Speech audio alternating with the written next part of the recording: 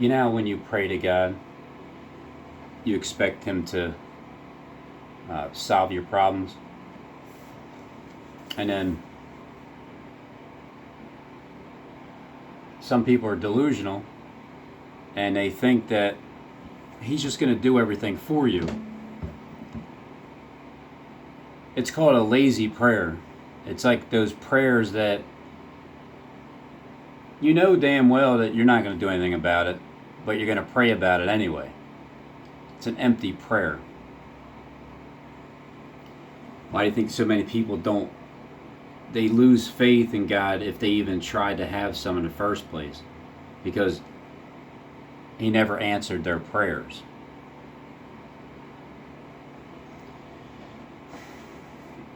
I've been thinking about this today a lot, and yesterday, because when I was talking on the phone to Justin, he wanted to know why.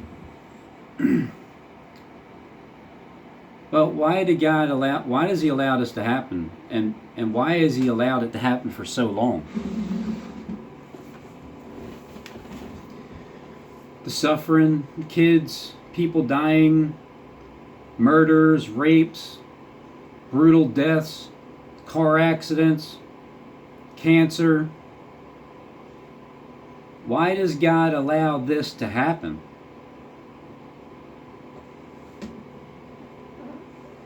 Why does He allow it? Well, first thing I said was, there's a thing called free will, and without free will, He wouldn't allow anything to happen. Because if I can control something from happening, but but you have to like intervene, and it's really because of what you did that created this thing from happening, which is a change. If you allowed free will to continue that way,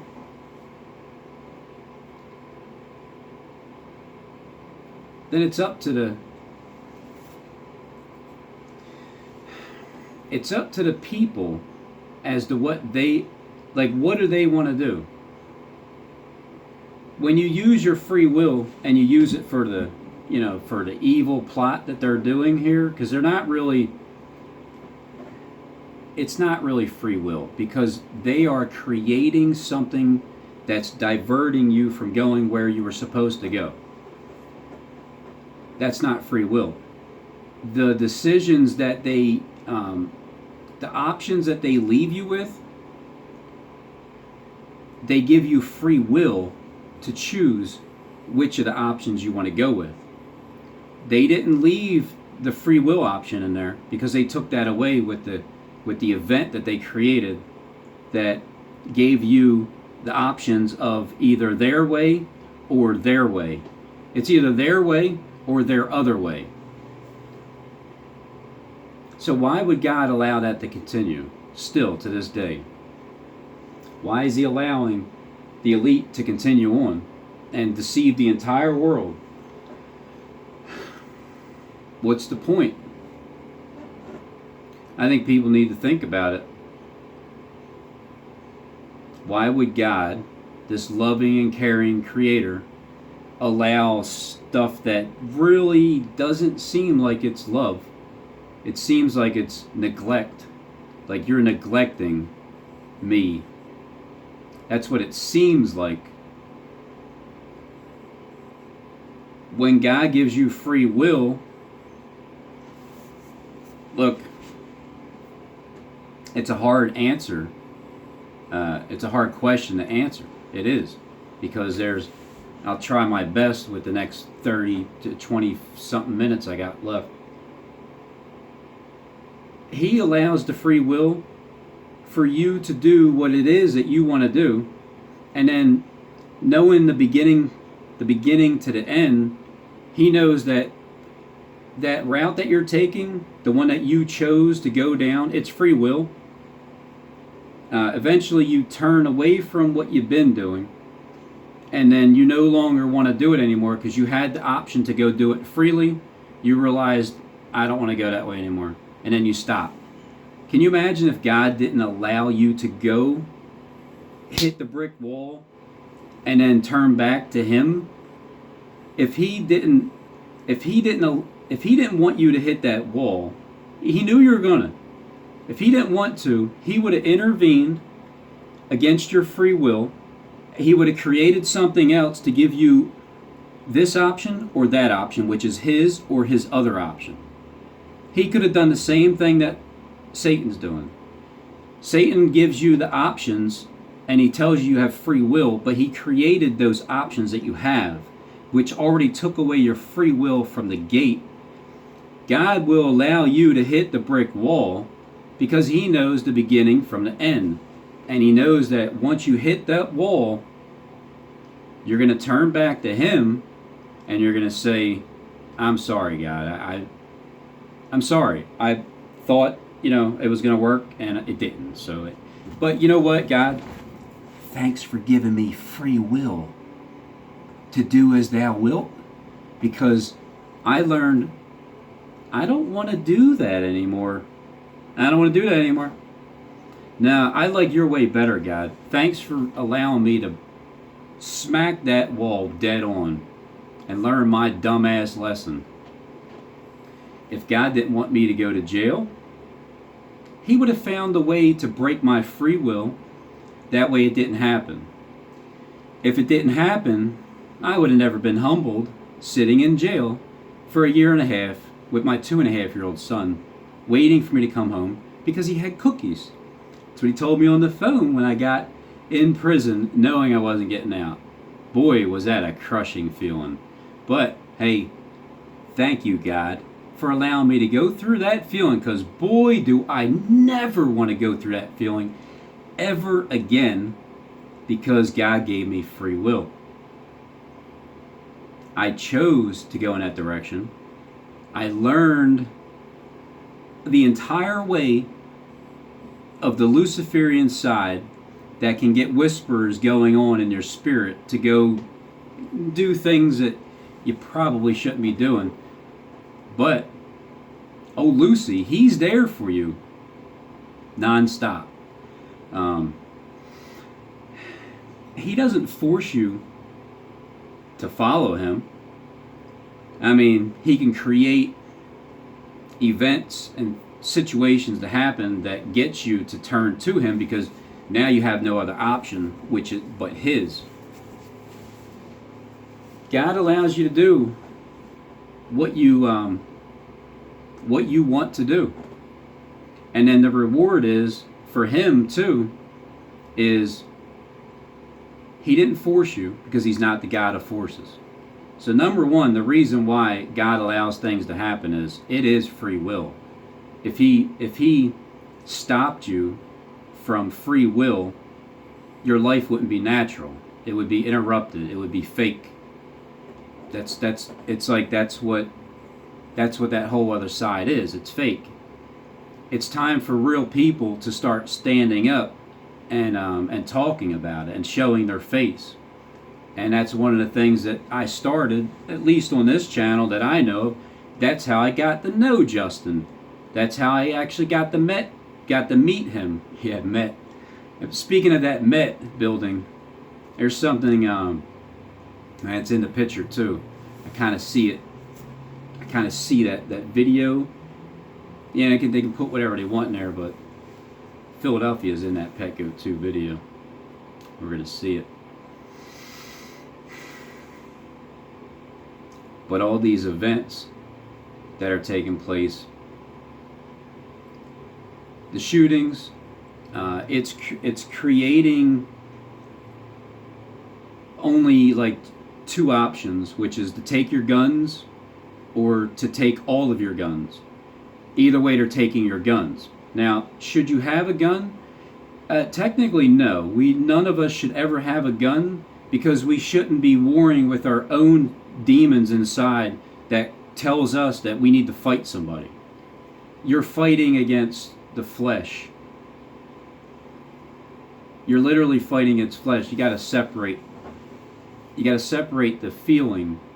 See, when you connect feelings to to a fleshly person who's battling a specific spirit that you've dealt with other people, it's not the person, it's the spirit.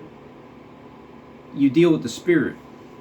Once you finally realize that you're dealing with spirits and you truly do get that you stop fighting with flesh, it makes things a lot easier when you're dealing with people. Everybody's their own worst enemy in their own head.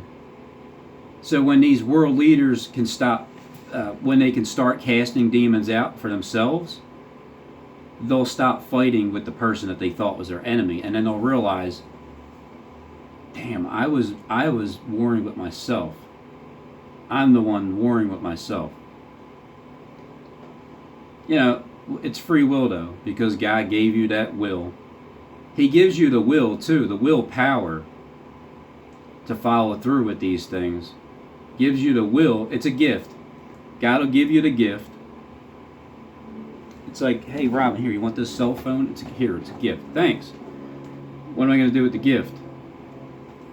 It depends on what you do with it.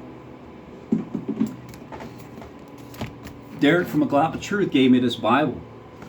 It's a gift. What did I do with it? I read some of it. You know, I read a good bit of it. I did some. See, look, there's proof. See, I made some marks in there. Ecclesiastes, chapter 5, verse 3. For a dream comes through the multitude of business, and a fool's voice is known by multitude of words. See, you're a fool, Rob, and that's why you should shut up. You should be a prudent man and hold your tongue, because we don't want people to hear what you have to say because it's helping them. Which goes back to battling with my own demons.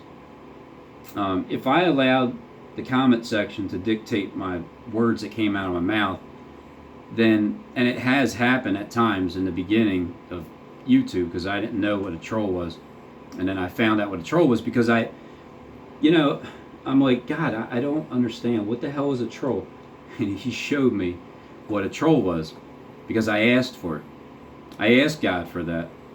Then I asked God to get my voice to be heard throughout the entire world, to the ends of the earth. He did that too. So I get what I asked for, which goes back to asking God to do things for you. You truly need to do the work for yourself.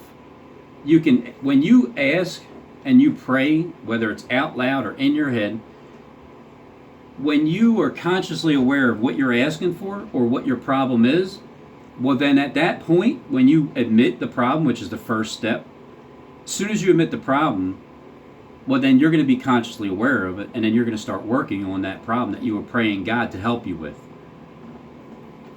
You don't sit there and wait for Him to do it for you, but you do make it known to Him that this is something that I would like help with. I have a really good example, and I wasn't gonna share it, but then after talking to Justin yesterday, I figured I might as well share it. But it was something I could tell him that I wanted to, because it's a family issue, not an issue. Well, it's a situation. You see, my older brother, he likes to he has a lot of anger build up, and he doesn't know where it's coming from. I know exactly where it's coming from, and now I needed a situation to take place in order for me to get his attention, for him to actually want to listen to what I have to say. Kind of almost like, it's almost like his free will wasn't taken, but a situation happened where it created the ability for me, when I'm talking, he has full attention. Like, I mean, almost to the point where he has no choice but to listen the frick up. Saturday just passed. I was throwing a little gathering with my family over here. My sister made it down, my brother made it down, my niece and nephew. But my mom and my brother, they were coming from Philly too, and they rode together. They're always the ones that come last. So me and my wife, we weren't having dinner. We just had like appetizers, that kind of thing. We didn't really have the money to buy it, but we figured we spend like $70 and cook some things and just have people over, some macaroni and cheese, whatever. It doesn't matter. It's just family. Because I'm that person that has always tried to gather the people over here. And there always seems to be problems, like almost every time that family gets together. So my brother, he's my older brother. He's the one that's serving me. He's 4.5 years older than me. Tomorrow is his birthday. Tomorrow is his birthday, December 29th. The next day. Sunday is his birthday. So it was Saturday that just passed.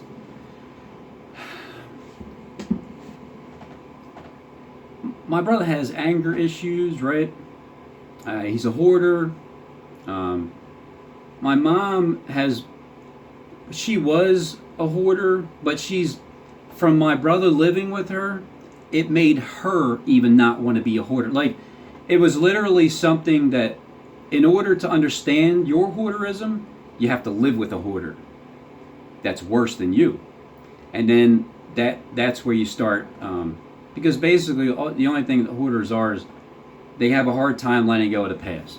They bring up the past, they hold on to anger from the past, their thoughts are constantly consumed with past events. They're not living in the moment at all. It's better to be thinking in the future. If you can't live in the moment, at least try to think of the future, not the past. The past is the worst thing to think of. You got to sever that at the door. At least leave the past back there. I understand future concerns, people worrying about the future and finances. I know. I'm tired of it too. That's why I prayed to God that He can help me stop it. I didn't ask for Him to stop it. I'm asking Him to help me stop it. Because if nobody's going to do anything about it, then I'm going to stand up and say something about it. I'm going to do the best that I can to prove whatever it is that I can prove. That part there, I'll leave that in God's hands. However it gets through, it's not my job. I'm the seed sower. I just drop the seed. God's the one that creates the growth. I just leave it go and move on with everybody that I can. So just plant the seed, let it grow. Free will. If it doesn't grow and it grows by the wayside and it withers away, it's free will. It has to wither away, it has to die. Every single human being on planet Earth has to die sooner or later. How they die, God is not going to intervene and interrupt people's free will. Are things evil the way you think? Hell yeah, they are. Are people really dying? Of course they are. Day in and day out. That's why the hospitals are there. They got plenty of food. They don't have to go around killing people. People die all the time. They have plenty to drink. They have plenty to eat. Is it sick? Of course it is. Do they do it? Yes. It's evil. This world is evil. We're in Satan's world. People got to remember that. We're in Satan's world. God gives us free will. Satan tries to break our free will. Because the more you choose free will, the harder it gets for you. That's the whole purpose. There's a thing called gang stalking. Yeah, they tend to try to go in that direction to test you with everything that they know that your fear is. Because God, the positive energy from that experience is it'll only make you sharper. That's the positive part. The negative part is people have actually killed themselves because of it. That's happened, and conquering it has happened. Free will is I can either fight it and defeat it and then have them join me, or I can have them defeat me, kill myself, and get it over with. God allows you to have free will. You can choose to kill yourself. You can choose to fight it and be stronger. And at the same time say, thanks, Steve. Thank you. Only sharpened me to be able to see it, know it, prove it. It's there, it's real. It's all about free will. So back to my brother. He's driving my mom. He tells her to put the seatbelt or something like that, and then, but he rigs things together. It's, you know, it's always something. It's every time the curse is on him, big time. He will admit it. He knows there's a curse on him. It's not like some witchcraft curse. It's just everything he touches breaks. Everything I touch, I fix it. If I have this piece here, I put it together to create something, and it's fixed. I don't feel right unless it's fixed. My nature is to remodel, to refurbish, to build, to create.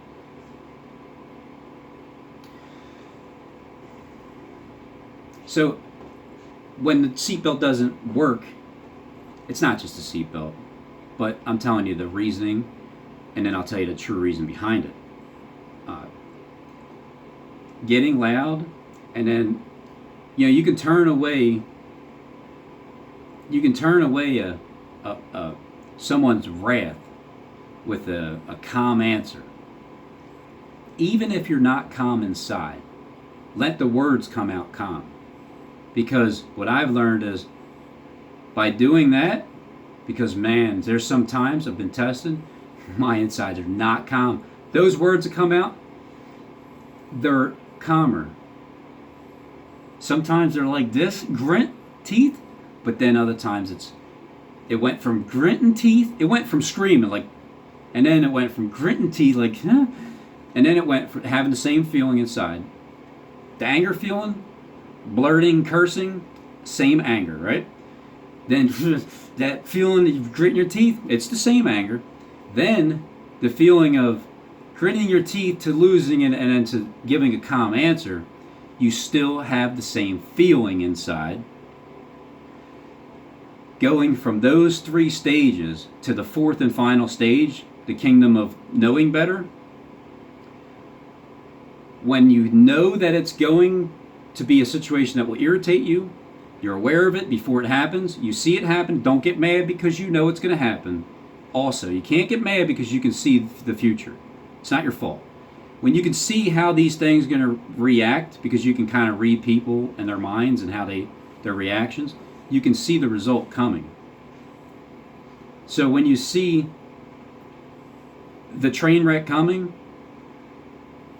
you can give a calm answer because your insides aren't even bothered anymore. And that goes along with the gang stalking corporation, where at the beginning I was F this, F that, locking my house down, keeping them out of my house for an entire year straight. And you gotta give me some credit for that, Steve. I know that deserves some respect because me and my wife locked it down. You might have snuck in, but we didn't make it easy for you because we knew when the thief would come. And then we conquered that and got over it. But we both worked together to make it happen. We took shifts. And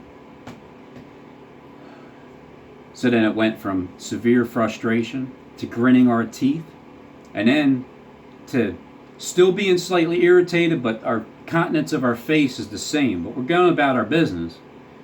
Countenance is the same, but there's still that feeling.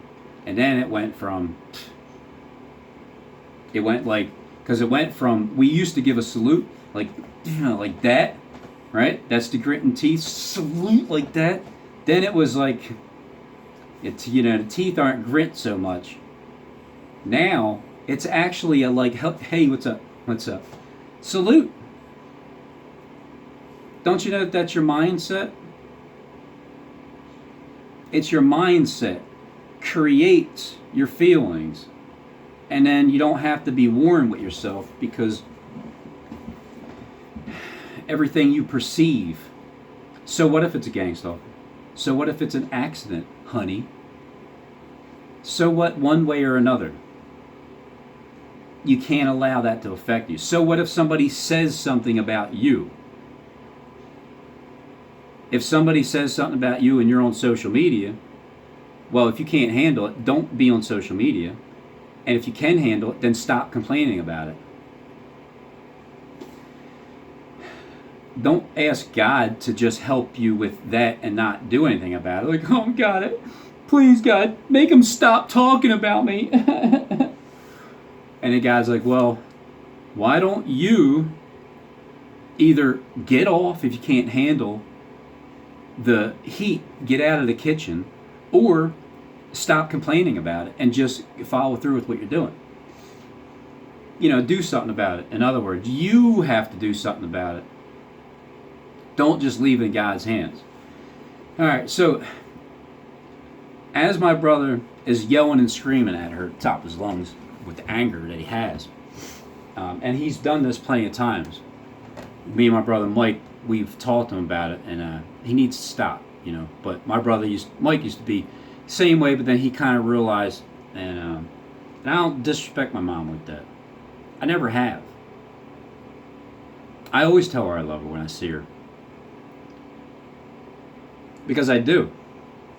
Doesn't matter what happened in my life. I'm not holding on to any damn resentment for anything the way I grew up. Thank God it happened the way it did. Because God gave my parents free will. He gave me free will. I was left alone for the most part because that's just the way it was supposed to be. It's the way it was supposed to be. He was prepping me for this time now so I can talk. I shut my face for the first 5 years of my life. I didn't have anything to say. My thoughts, I told my wife this morning. You think you have a problem because you think so much? What about my thoughts? I don't shut the frick up. I can shut up like that and be done with it. As soon as I'm done recording, I'm done talking. But I just channel my thoughts in a direction that's beneficial to me and everybody I come across. That's the way I've geared my mind to think. Those demons that I used to battle are gone. They still try to hang at you. They still run by. They're like, hey, Robin. I still fall. Everybody falls. There ain't one damn human that's perfect. Never was, never will be. Blasphemy. Jesus was perfect, and Satan was a piece of shit, and he was always a dick. Well, when you learn what Satan's purpose is, and you learn what Christ, his purpose is, then you'll understand both reasonings for both people, and then you'll be able to judge righteously those hypocrite Christians and those Luciferians that need to get a little bit of Christ in them. If I'm willing to become a Christoferian, well, then you guys got to be willing to become a Christoferian as well. I took some of your traits, but I understand. But it's not. I'm not hurting anybody. I don't hurt anybody with this trait that I've acquired to just make sure that I defend myself. That's all that is. It's Christ will turn the other cheek. Lucifer's saying, I'm done turning cheeks. That's it. And then you step back into being into the moment. You only need Christ or Lucifer for one or the other. When you need to stand your ground, you use the Luciferian side without hurting anybody physically. Mentally, look, if you need to be hurt, if it's going to benefit you later, then it's free will. Hopefully you'll learn your lesson. If not, you'll keep hitting the frickin' brick wall, and God will allow you to do it every single time. I'm probably going to run out, but needless to say, my mom went to the hospital. She thought she was having a heart attack. So my brother called the ambulance or whatever. They came and they pulled over. They went and picked her up. And then my brother started to drive to the hospital to find her. And I heard how he was talking on the phone to my sister because she had on speaker after my mom went to the hospital. He was F this, F that. Everything was so irritating him. It was sickening to hear. When he was done talking, I said to my sister, I said, I'm going to get his attention. I'm going to get his attention. I need to get his attention because, number one, my mom's in the hospital having a heart attack because she's crying in pain because she has chest pains because of his loud, irritating sound. There's such a major difference with the way that you can calm your voice and be sincere about it, or be angry and bitter and let it out. You can literally cause somebody to have a heart attack. It wasn't a heart attack, but she stayed in there for a couple days. Don't you know, right? 15 minutes later, my brother passes out, throws up on himself, falls into a ditch at the hospital where there's like a turnaround way. He passed out. He kind of woke up. He threw up on himself. And when he went to finally gather and he turned back, he fell in a ditch, like on an angle. This is a Toyota 4Runner. A ditch, an angle like this with rocks. He's not getting anywhere. That all happened 15 minutes after I said I'm going to get his attention. I didn't pray and say, hey, God, can you get his attention for me? No, I literally said I'm going to get his attention, and I got his attention. He's talking to my sister on the phone, and he doesn't want to ask me to help him because he knows how I am, because I'm fucking sick and tired of him talking to my mom like that. All right? So she finally puts me on the phone, and he's asking me to get him out of a ditch. It's the Sabbath. Are you fucking crazy? I'm not taking you out of a ditch. I'm not lifting a finger. It's the Sabbath. Hell no. I am not doing works on the Sabbath. I said, I don't even want to help you, man, at all. The way that you talk to our mom, nah, man, you got to stop. I said, the only way I'll consider pulling you out of a ditch on a Sabbath is if you promise me that you're going to stop talking to my mom like that. He promised me. He was crying. He's a prideful guy. He's prideful, but man, when he tears up, it's real. My brother follows the Luciferian way. He doesn't hurt anybody, but he doesn't deny his flesh whatsoever. So I even had to buy a hitch rope to get him out too, pulling him out of a 90-degree angle. Would you have pulled